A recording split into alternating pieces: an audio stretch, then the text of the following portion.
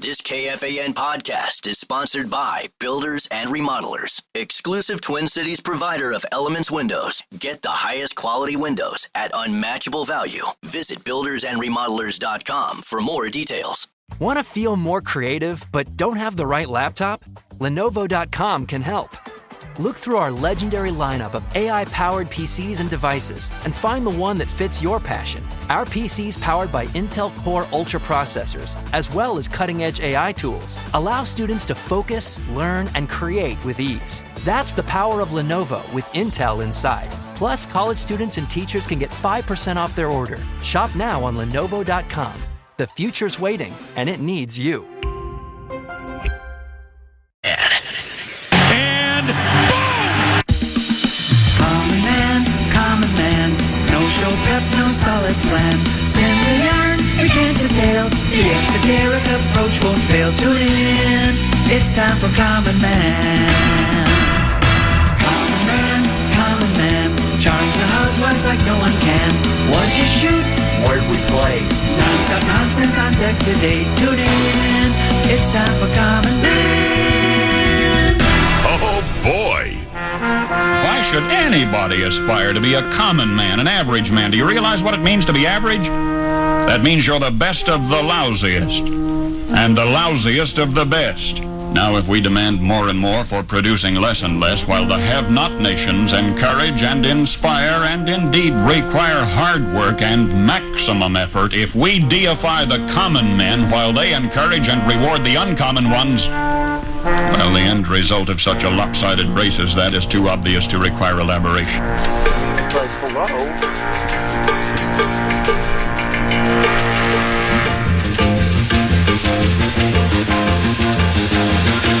Play clock winding down. Barb better hurry. He gets it off. Play action to Adrian. Everybody bites. He's looking deep. It's Bernard Marion. He got behind Keenan Tillman. Todd. Touchdown! What savvy by Brett Favre. What a throw by Brett Favre. And the Vikings have taken a 14-0 lead here in Soldier Field.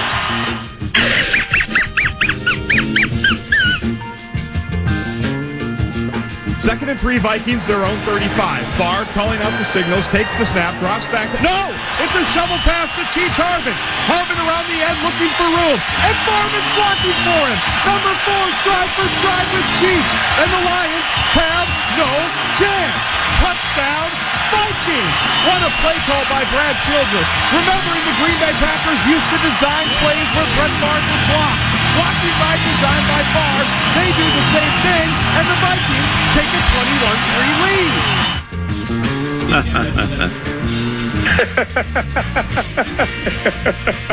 Vikings trail the Packers by 4, just underneath the 2-minute warning. What better guy to have than the former Packer Brett Favre, number 4, calling out the signals and leading the final drive here at Lambeau Field. Favre calling out signals, drops back to pass, looking for intercepted by Charles Woodson, and Woodson is gone.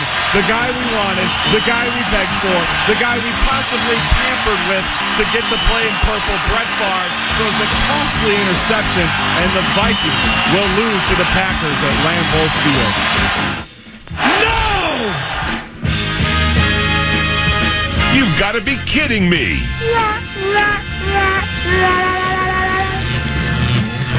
Stop!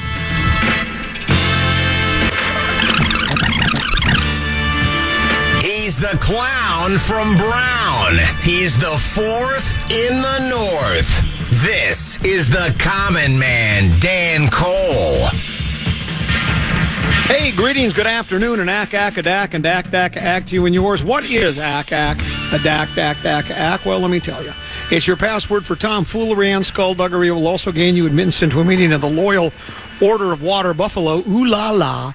Ooh la la. I'm the Common Man, Dan Cole. He's Tennessee.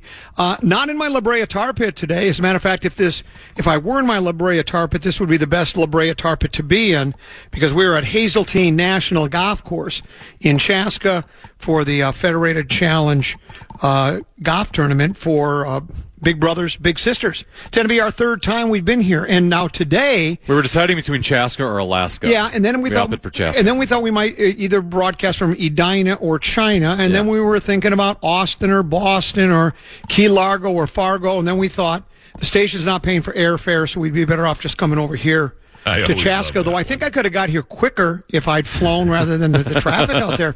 I mean, you know, so You needed the Tim Brewster helicopter over here, didn't you? well, here's what I had that was really nice because I knew of construction everywhere. So I went ahead and used GPS.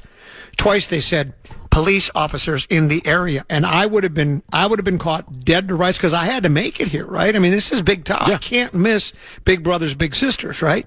And sure enough, man, I pulled off the accelerator because I weigh what? 175 pounds, and it's all in my right foot. And so I backed off on that bad boy, and sure enough, there was Smokey on top of old Smokey was sitting there. So I feel like, well, I don't feel guilty that I'm going to write him a check for the fine for going over the speed limit, but it seems like it's almost like it's like having a radar detector back in the old days. Were you around when they had radar detectors? Sure. Yeah, there was a time where you could hook it up to your car. You would plug it into the lighter in your car, and it would tell you if there was a cop. It would start going, zzz, zzz, zzz, and then you go, oh, and it was pretty accurate. So, but hey, he didn't get me. I didn't get a ticket, so there she goes. So here we are. Do you ever on your current GPS on your car get that'll say like speed check ahead? Yeah, well, it didn't say speed check, but this one was. She actually was talking to me and said police reported ahead, and oh yeah, she talked right to me. That. Yeah. Yeah. You don't get that? Oh, I get that. No. She talks right to me. She says, police reported ahead. Well, maybe I have the volume off on it. Maybe you do. Yeah. So it's nice. They kind of tell you. And if you wouldn't have told me, I might be in, what county are we in? Is this Scott County? Is this Carver? We're in Carver County. Carver County, yeah. I sound like Mark Rosen. I don't even know what county I'm in right now. I'd be in the Carver County jail right now if I'd not had her telling me what to do. So this is our third year here. Our first 2 years, if you'll remember, we were down in kind of the veranda outdoors, screened in and covered from the sun. But I don't know if this is the hottest of the 3 days, but all 3 days for the Federated have been just scorching hot with a lot of humidity. So then I'm on the golf cart today, and I tell the guy I'm playing with, I go, I got to text Roger and see if we can get inside. I pick up the phone, and at that exact minute, he texts me and says, would you like to be inside today? And I said, absolutely. I'm glad to be inside. Once again, I was down there. It wasn't that bad out there. Yeah. Yeah. You want to go down there, and I'll stay here?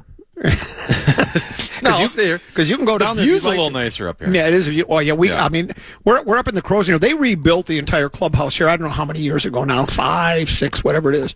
And it's just spectacular up here. We're up in almost like, I don't want to call it a crow's nest because it's larger than that, but we're up top. We're overlooking 8 and 9 green. You can see all the way over to except obscured by the trees, but those bunkers to the in the distance. That's the bunkers on number 10 fairway. So it takes a 90-degree left and drops straight down. That was I think I told you this story a couple 13, 14 times. And if you haven't, I'm going to bore you with it.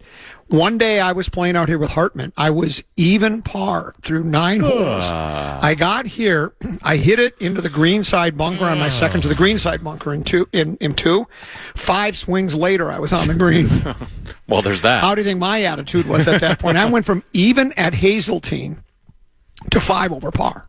Took me, even more. 5 shots to get us. So 1, 2, 3, 4, 5, 6, 7, 8. I think I took a 9 on the hole. And you know what? My attitude didn't change because I made an 11 on 11. Well, there's that. Yeah, but great golf course. They're going to do a complete and total renovation here after Ryder Cup. Ryder Cup's coming in. What are they doing? Oh, I have no idea. That's all secretive.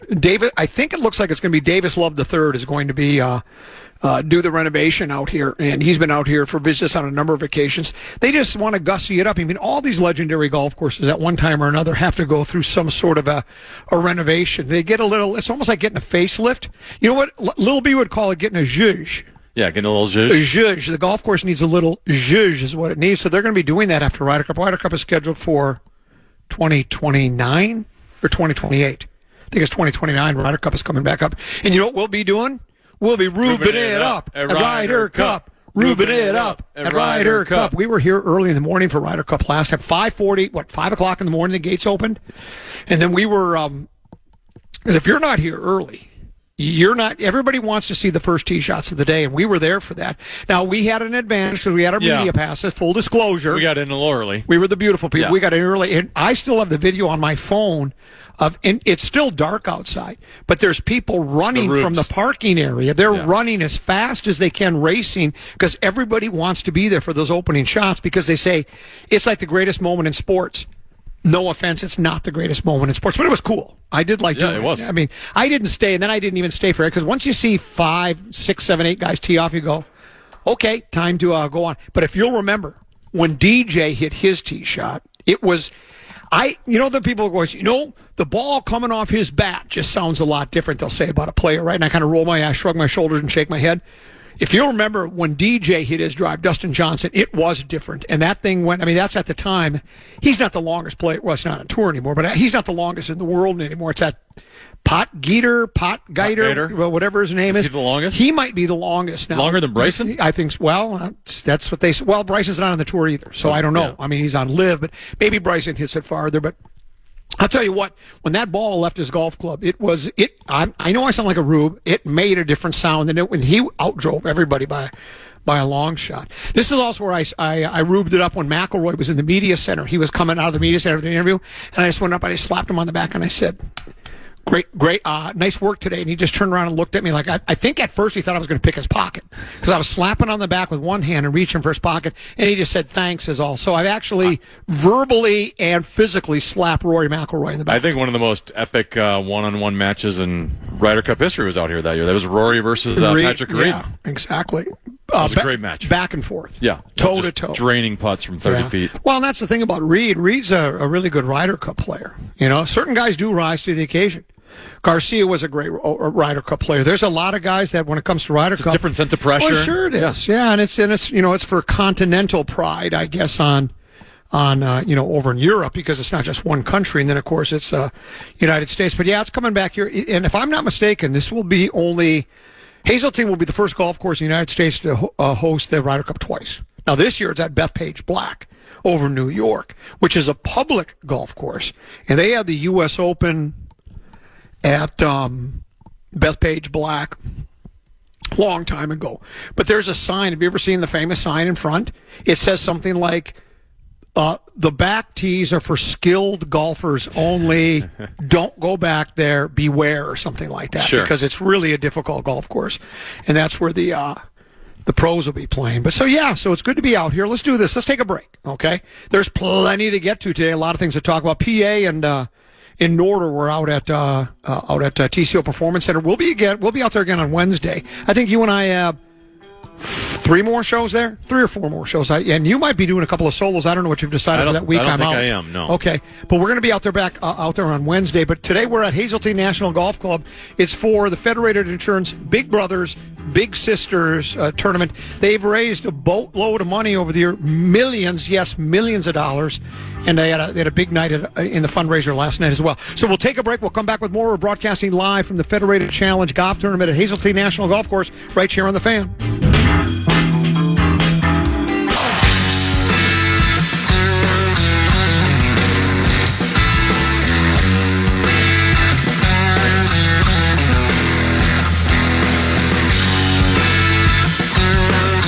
Here we are, Common Man and 10B. We're at Hazeltine National Golf Course over in Chaska. It's hosted all sorts of major championships, including U.S. Opens, PGA Championships, Women's PGA Championships, Ryder Cup, of course, in 2016. We talked about it. It's coming back in 2029. NCAA tournament, you name it, they've had it. I think they've also had the Junior Amateur Championship here. There's almost too many to mention. Today it's hosting again for, how many years has it been in Hazeltine now? This is the 4th year that the Federated Challenge has been here at Hazeltine National Golf Course, raising money for Big Brothers Big Sisters. We're excited and delighted to be joined by Nick and Jessica Lauer. They're the Federated Challenge co-chairs, and Nick is now the chairman, president, and CEO of Federated Insurance. He replaces the retired Jeff Fetters, the 6th ever chairman, president and CEO of Federated Insurance, and it's many, many years in existence. Started back in late 1800s, early 1900s, something like that. Oops. You're on this one. Yeah, he's on that one. Yeah. Try that. 121 years ago. 121 years ago. You got it. Yeah, just about as long as 10 to beat I've been working at the radio station.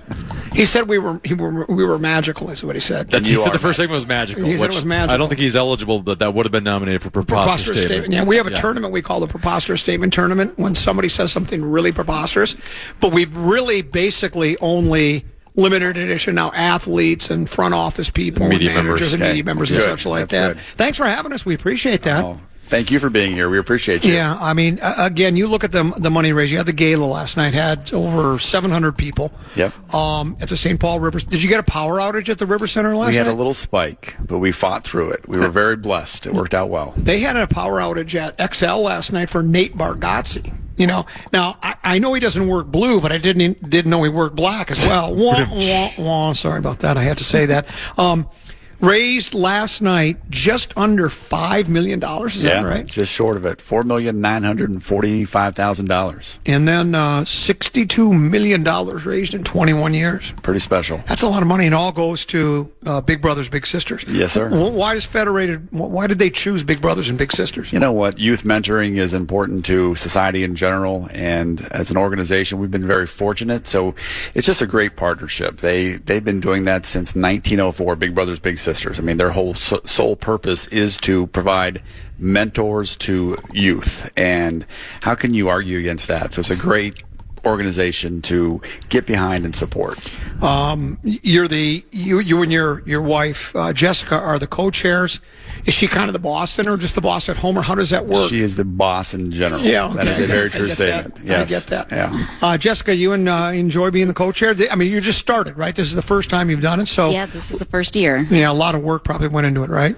A lot of work, a lot of teammates. It was a lot of fun. Yeah, and that's the thing. I bet you need a lot of volunteers to put this thing together, right? The Federated employees step up. We have approximately 100 Federated employees who volunteer to put on the Federated Challenge. It's special. I mean, we have a waiting list of people to volunteer just to be part of the program. And Federated, if I remember in talking to Jeff Fetters last year, Federated started out, they were like insuring farmers. Is that how it started? Farm equipment dealers. Farm equipment dealers. Yep. Okay, Yep. That's what it was. Yep. And then they kind of moved on, grew from there. Mm-hmm. And now it's one of the largest insurance companies in the country. Yeah, we serve over 47,000 commercial businesses across the country. Wow. Yeah. And is commercial business basically all that Federated does, or do you? In Minnesota, we do personal lines. Okay. But outside of Minnesota, it's all commercial businesses. Yeah. So. With Big Brothers, now you guys are from Ohio, and you were excited to know that my boy went to the Ohio State University. I'm proud of your son. Yeah. And when I told you, though, I call it the Ohio State University now, but once he graduates, sorry, I got to just go back to that's fair. The that's Ohio fair. State. Because every time I say the Ohio State University, they start rolling their eyes. Yeah, that is a true statement, but I must say, yes, we are from Ohio. We are Buckeye fans, but we are transplants now, and we have embraced Minnesota and Minnesota sports. Are you rowing the boat, Sky Ma, go Gophers? We are in. Yep, all in. All right, now, wait. Now, if the two teams, they do play this year, don't they? They do. According to Rosen, they're going to meet in the Big Ten Championship as well. Yeah. So let me ask you something. When Ohio State's playing, be honest, you rooting for Ohio State or Minnesota? I don't know if PJ's listening right now, so I'm just going to say we're going to be excited to watch the game. There you go. I understand that. Yeah. Well, my boy now, here's the thing. He's been there 2 years, and I guess he thinks national championships just happen all the time. Yeah, right? There's very high expectations. That is true. Yeah. Yes. Well, and we were talking about it. Right? It's like I didn't know. I when we were on campus dropping him off, I said Michigan. He said, "Don't say that word." I go, "What do you mean? Don't?" It's the school up north, right? You'll get scolded if you say that. Yes. Yeah. It's a school up north, a team up north. Yeah. Yes. Big Brothers and Big Sisters doesn't work just in the Twin Cities. It's all across the state of Minnesota, right? Absolutely. 3 amazing chapters. We work with all 3 of those. But the Federated Challenge supports not just the Minnesota chapters, also the national chapter as well. So it's an incredible organization that we are proud to be behind and support. How many? So there's 3 chapters in Minnesota? Yes. Do you have a number, not to put you on the spot, but do you have a number of how many are all across the country? Oh, I don't know. I'm phoning a friend. 280. 280. Wow. Yeah. And that's across the country, correct? That is my understanding, yes. Yeah. So that's, and they do such good work, as you say, because youth mentoring might be as important as anything in this day and age now. Right? I remember when we were kids, and maybe the same with you growing up, it seemed like your parents and your friends were, and your brothers and sisters were enough to mentor you. But today, the world seems to have changed quite a bit, and it's there are a lot of kids that, they might be in a one-parent household, or something has gone awry in their life. I mean, I know me. For the longest time, I was walking the straight and narrow, and then I went on that long and winding road for a while. And I think having a big is something that's really important to a lot of these kids. My wife and I have been a big couple now for 5 years. And our little great young man has a nice household, but we're just another voice that sometimes, I know how I was growing up, sometimes listening to a different voice goes a long way, and that's really what we try to do for our little in mentoring him. It's just a relationship and a partnership and a caring relationship. I could have used you in my household because my boys never listened to me. They probably should have had a big in my house. I was going to say, for coaching sports, my kids will listen to other adults before they'll listen to me. Yeah, that's exactly right. That is a true statement. So, tonight, you had the gala last night, and now you're having the golf course today, and then you start planning the next one right away again. Because I've worked with a number of charitable golf tournaments. I've worked with Breath of Hope Lung Foundation. I've worked with Hope Kids. These are just a couple of them that I've worked with over the years. And I'll tell you what, they finished one, and they're already starting to plan the next one, because there's a lot of work that goes into it, especially when you're having the gala as well. Yeah, I would say we've already had, again, the gala was last night. Today's the golf tournament. We've already talked about some things we might do a little bit differently to continue to improve on next year. We have 113 corporate sponsors who help support the Federated Challenge, and just keeping that relationship with them, helping them understand where their contributions go and how it plays out is also very important. But yeah, the planning, it is a process. We have a great team, like I said, 100 Federated employees or so that volunteer. We have Roger Bailey, who's behind the scenes making that happen, leading that team. So it's quite the organization. If there are people listening that would either want to help out by volunteering, maybe financially, which I know you can always use the help, though it sounds like you're raising a ton of money, but you can always use help there. Or maybe they want to become a big brother, big sister, or they have a child that they think might benefit from that. Sure. What should they do? You have those 3 local chapters, and just reaching out to those chapters and inquiring about being a big, or if you have someone that maybe could qualify as a little. They are always looking, especially for bigs, whether it's an individual or a big couple like my wife Jessica and I. They have a chapter in southern Minnesota, here in the Twin Cities, and central Minnesota as well, so it covers everywhere. Thanks for all you do, and congratulations on a really successful Federated Challenge Gala and golf tournament for this year. Now go get back and start planning the next one. You got it. We got work to do. You guys got work to do. And again, congratulations on the job with Federated and being the co-chairs. And we'll talk to you again soon. You got it. Appreciate that. Take a short break. Come back with more. Got plenty to get to here live from Hazeltine National Golf Course for the Federated Challenge golf tournament, part of the big fundraiser for Big Brothers, Big Sisters. Back with more after this here on the Fan. Save the date for the 36th annual Polo Classic. The preeminent polo event in the Twin Cities is back Sunday, August 3rd at the Twin City Polo Club. Get all the details now, KFAN.com, keyword calendar.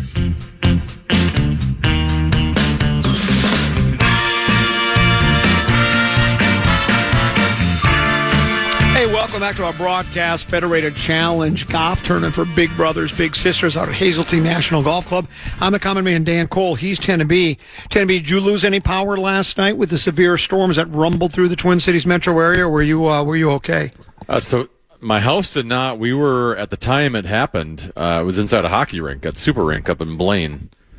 And we had twice during the hour we were out there where the lights flickered. So they flickered off for like 3-4 seconds. And the kids, they're 7, 8, 9 years old out there on the ice. They got all excited about the lights being turned off. But then it came back on pretty quickly. But that happened twice. According to Fish Wrap Factory West Side, over a dozen counties reported outages as severe thunderstorms and flash flood warnings were in effect. XL Energy reported that more than 2,000 outages across the state at 9:15 p.m. Over 1,100 reports came from the Twin Cities. In a release, XL Energy said more than 74,000 customers were impacted by the outages across the state. And if you add the Twins roster, that's 74,020.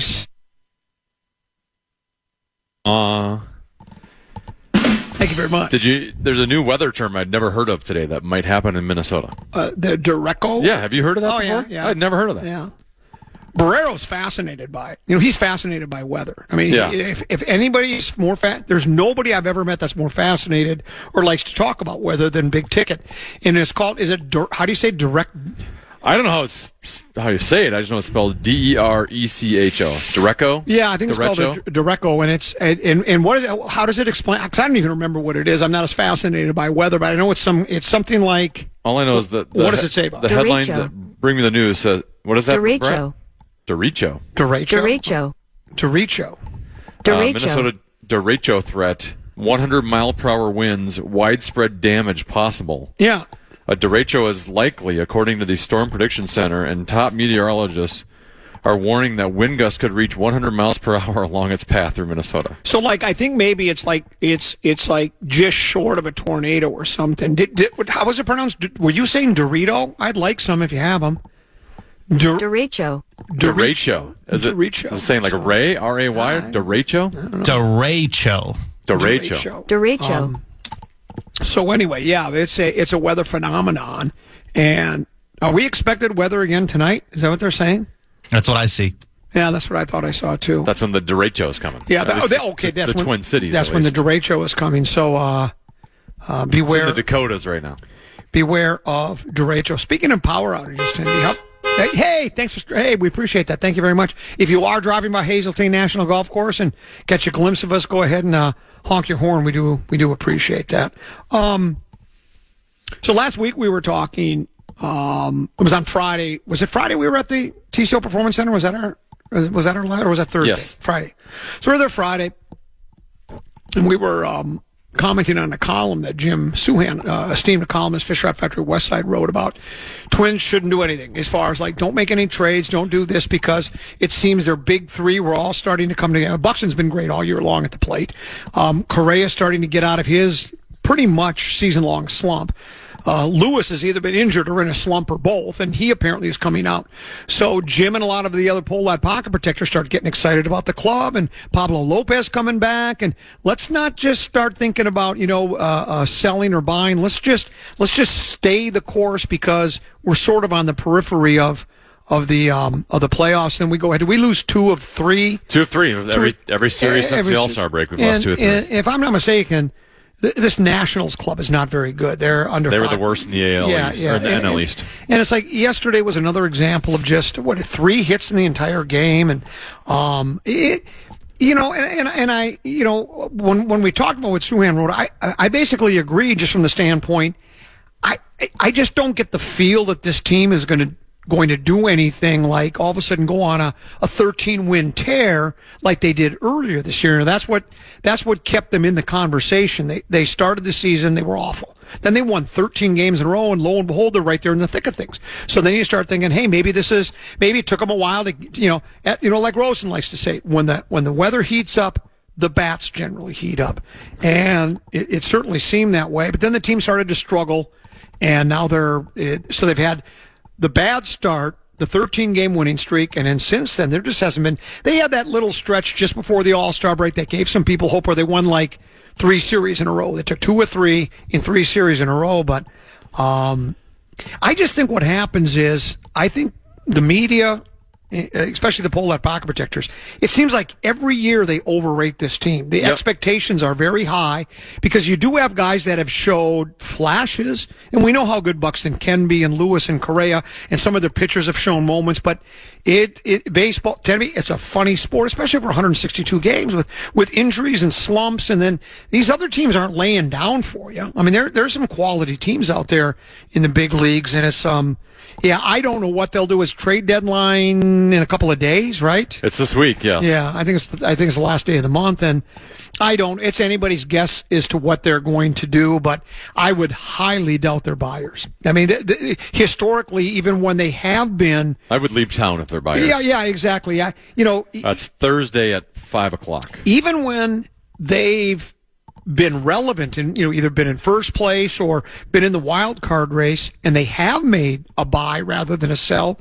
We've talked about it a couple of times over the past couple of weeks. It's always been just no eye-opening players. You go, whoa, boy, we're really serious about it. It's just been like maybe a Midland reliever or a Midland starter or some utility player. It's pretty good, but nothing that you just go, well, we're really making a statement. And then those guys generally, matter of fact, last year we picked up a pitcher, and I don't remember his name now, but he got shelled. I mean, I think we released him after about 2 or 3 weeks. Yes. It was that bad. So it's like, there's no chance they're buyers. Right. So then it's a matter of, do you stand pat? Do you sell, and how much do you sell? Yeah. Right. Like, I still don't think, I get where they are in the standings, and whenever a team is in the position they are, everyone's like, time to start this whole thing over again. Let's sell. And I'm like, well, what's the point of this at that, right? I mean, when you have Buxton, Correa, both under, sizable contracts that are, only have so many more years of their prime left. You've got a couple quality starting pitchers when they're healthy, and Joe Ryan and Pablo Lopez. You still have, assuming Royce Lewis can turn this thing around, you've got prime. Like, I don't get the, hey, let's just start everything over mantra. So I know they're going to sell. I'm just hoping they don't think, hey, we have to just completely jump ship here. Like, you still got to think about 2026. Here's what I'll tell you, though. The ownership situation is the wild card. Well, that's it, because that's a big wild card.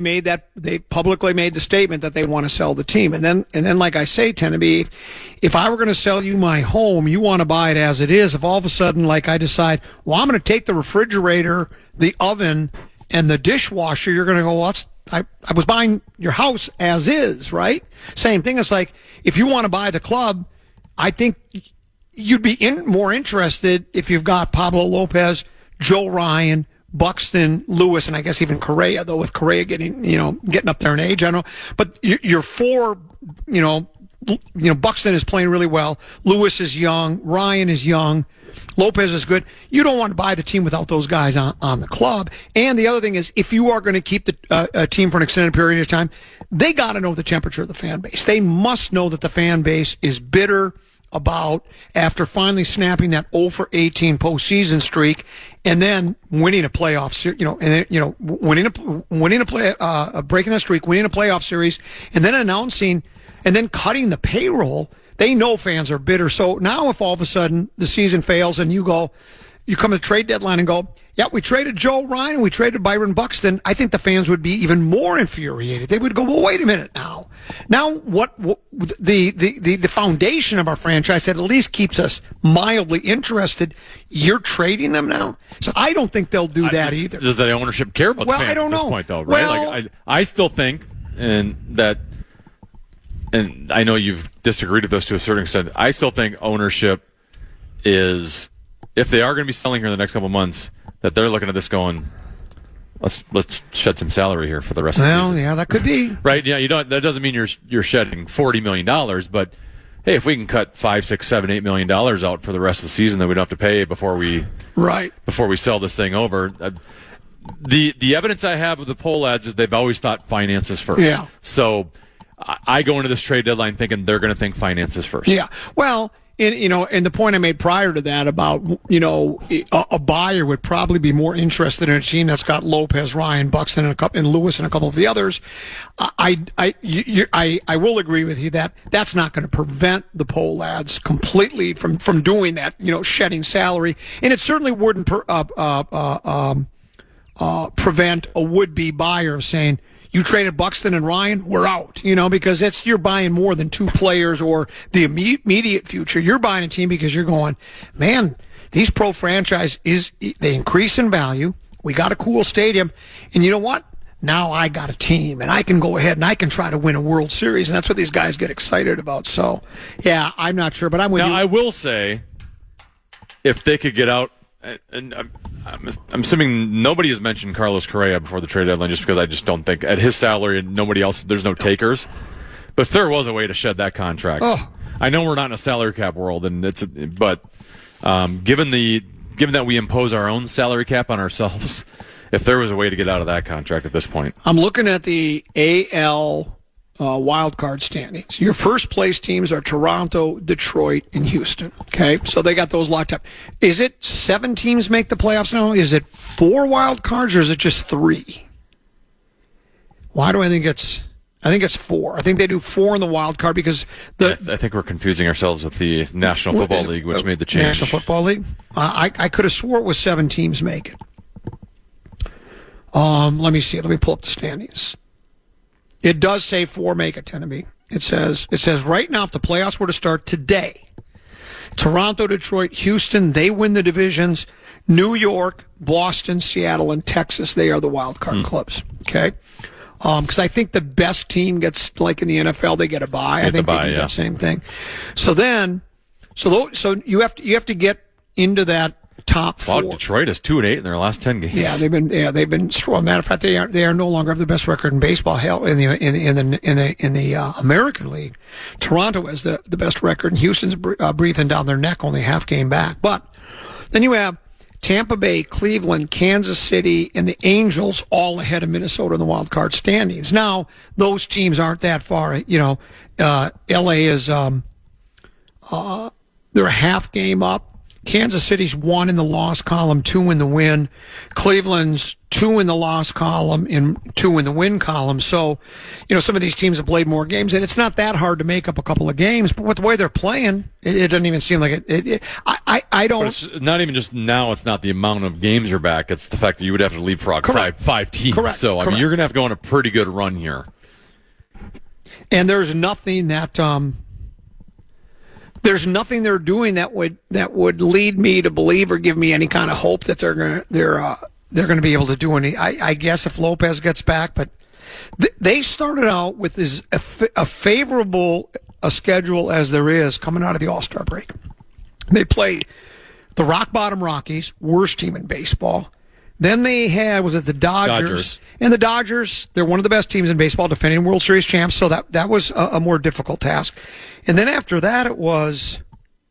It's just Washington, right? Is that the third one? Yeah. Is that the one? And Washington's as bad as it gets. So, and to go 1-3, or 1-2 Washington in all 3 and Colorado of those are the 2 worst teams in the East. Yeah. So, your club... And even the Dodgers, when you saw them, it was about the best time all year. Well, they were struggling. Yeah, they had lost 6 in a row going into that game. Yeah, they were. So, and here's I just see this now. I think this story. And this is a couple hours old now. Twins call up veteran reliever Michael Tonkin from St. Paul and send Travis Adams to the minors. And that's not really calling up the cavalry, right? I mean, because, Tonkin, how long has he been with the organization? It seems like he's been here a while, but he goes up and he goes down and he goes up and he goes down. So it says he spent the first 5 years of his major league career with the Twins before pitching in Japan in 2018. He's back at Target Field. He pitched briefly for the Twins last year. He was called up from Class A St. Paul on Monday before the start of a 3-game series against the Red Sox. He's 35 years old, 4.82 ERA in 28 innings over 18 games for St. Paul. Doesn't give you a lot of hope that he's going to be much of a difference maker here with the big club, right? And now you're playing Boston. And if you remember, Boston was they were struggling early on in the season, and they made the trade where they trade Devers, is I think how you say it, and they traded him, and now Boston is in the second wild card spot, 6 games out of first place, so they're the wild card spot. So we got to play 6.5. them. So I think it's I think what I'm trying to say is it's donezo for the Twins. When you lose 2 or 3 to Washington and Colorado coming out of the All-Star break, well, especially yesterday, 3 hits, and we gave up 7 runs. I mean, that's deflating for a team and a fan base, I would think. Okay. Well, in the last 6 games, they've scored 3 or more runs twice in the past 6. The month of July, they've scored the second fewest runs in the American League. And the entire series versus Washington, 21 at-bats with runners in scoring position, they had just 1 hit. Well, Lavelle did say the Twins will swing the sticks. The thing is, they're swinging and missing a lot, apparently. Well, I thought usually when the temperature heats up, so would the bats, but apparently that didn't happen either. Yeah, it's because the temperature is heated up. Randball writes, where, when, and why did the Twins' plan go off the rails? Because their plan wasn't very good to begin with, I don't think. I mean, I think when you cut payroll and, we talk about this. That's when it went off the rails. It was 2 years ago when they made the playoffs. They had as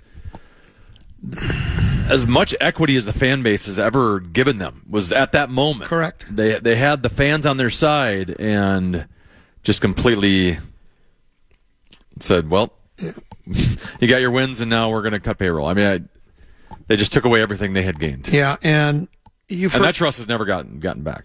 Well, and you've heard me say this hundreds of times. It's like every preseason prognostication, particularly in every sport, and probably it happens in every city, you're always looking at what happened last year and then extrapolating it as, well, if we were pretty good last year, we almost certainly have to get better. In other words, you've heard me use this example. You got 6 core guys in your everyday lineup that all had pretty good seasons. And then you're thinking, well, now they're all going to take another step forward. And truth of the matter is, 2 guys are going to probably take another step forward or half a step. 2 guys are going to play about the same, or 1 or 2, and then 2 or 3 are probably going to take a step back, and that's what's happened with the Twins. Some of these young guys that we thought were going to be mainstays, your Mirandas, your Wallners, all these guys, your Brooks Lees and all, maybe they're Larnacks. They're talented kids, but they haven't developed into that great everyday player where they're consistent game in and game out. And Joe still wants to run the team if they sell it, which I think I don't know if that's going to work very well. I mean, because with the way the team's playing, you don't have much of a resume for building a winning club that if you were the new ownership, you might go, you know what, that Joe is pretty sharp, and Joe might be a sharp kid, but it certainly hasn't translated to the field. And again, look, my guess is he doesn't. This would just be a guess on my part. I'd say he's still running everything past Jim, right? I don't think he's going, I'm going to increase the payroll by about $50 million this year and just goes ahead and does it. I think it's one of those things. No. We as a family, we talk about it, we decide what to do, and Jim's probably still calling most of the shots in that case, is what I would guess. So, any word on JJ? Is it still the minor hamstring thing? Did we hear anything today? Because I didn't hear the Paul Allen. I haven't heard anything today on it.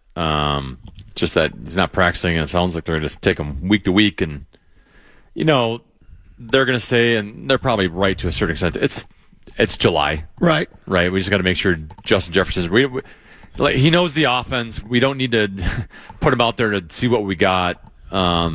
He's one of the best football players in the league. But it's always, when you hear hammy, and he's had a hamstring. Now, apparently before he had it on his other hamstring, so this is the other leg now. I've seen it so many times with hamstring injuries specifically that even when it's healed, it can lead. Well, one, it's a very common recurring injury, and 2, that it can lead to issues with other muscles and ligaments in your legs. So it's always a little bit of concern. I saw again. Suhan wrote a piece in the Fish Wrap. Vikings pessimism is a good break in a wrong take. And he's referring to a lot of the national pundits, particularly Vegas, saying over-under is 8.5 wins, right? And he points out all the positives about the Vikings. And I do tend to agree. But the one thing you do, for me, I always worry about, every time everything seems to really be coming together, that's usually when something bad happens. And I don't know what that bad would be. Just it doesn't work out like it's supposed to, or a rash of injuries. It seems our best seasons are when we're not expecting it. It's exactly right. And then when we are expecting it, it doesn't turn out very well. Because there does seem I don't even know how if it's my gadfly sense tingling or what it is, but this team seems to give off what's the word I'm looking for? The idea or the attitude that they do think they've got it all figured out. I think you remember when Denny, we still joke about when Denny was asked one time, he goes, when he was asked about does the team have any weaknesses, he goes, we don't have any. I kind of think this team. Remember when Flip said there's not enough minutes of the game for all the players? Exactly. Not enough balls to go around? And I still think this Vikings team kind of feels that way right now. That I think they feel like they've got everything in place. They identified all of their issues, their biggest issues. They weren't getting a pass rush from the inside, and then they weren't the middle of the offensive line wasn't holding up their end of the bargain. They addressed that. They did some things in the secondary, got another running back, got the young quarterback. You got quarterback whisperer there. They feel pretty good about where they're at, and I'm getting to that same stage, Tenneby. This happens to me every year with every team. I go in with a more pessimistic approach. I guess just as the way I approach things. But now you start reading the things and start hearing the things, and you start thinking, God, what am I missing? Maybe this team is better than I thought they were going to be. And now I'm starting to plan parade routes for the club, because it does seem like some things are kind of have fallen into place for them, so to speak. But we'll have to see how it goes. I will say, I would think this is as confident as this fan base has been on a Vikings team with a quarterback that we still don't know a whole lot about, right? Like, when have we ever been in that situation before when they've drafted Christian Ponder and Teddy Bridgewater and even Dante Culpepper? Like, there's always been a wait and see mode, and I feel like, and I guess I'm part of the problem, I feel like there's a lot of hashtag faith in Kevin O'Connell that, like, he's just whatever quarterback's in there, he's going to figure out how to work with. And so there's this. Nationally, there's definitely a lot more doubters on J.J. McCarthy and this Vikings team than there is locally. Well, there's something about O'Connell. I mean, this might be like, I think he's got a lot of confidence. I think he's confident in what he does. I think he's in a real good spot. He's coach of the year and stuff like that. I don't want to call him arrogant, because I don't think he's arrogant, but you know what I mean? Almost like, I remember another thing that Denny used to say. Just remember, we always play that soundbite. Now, I just want to tell all the Vikings fans, just mind your own business and let me coach the team. And I kind of feel like O'Connell feels like we got this thing figured out. So let's just, I don't know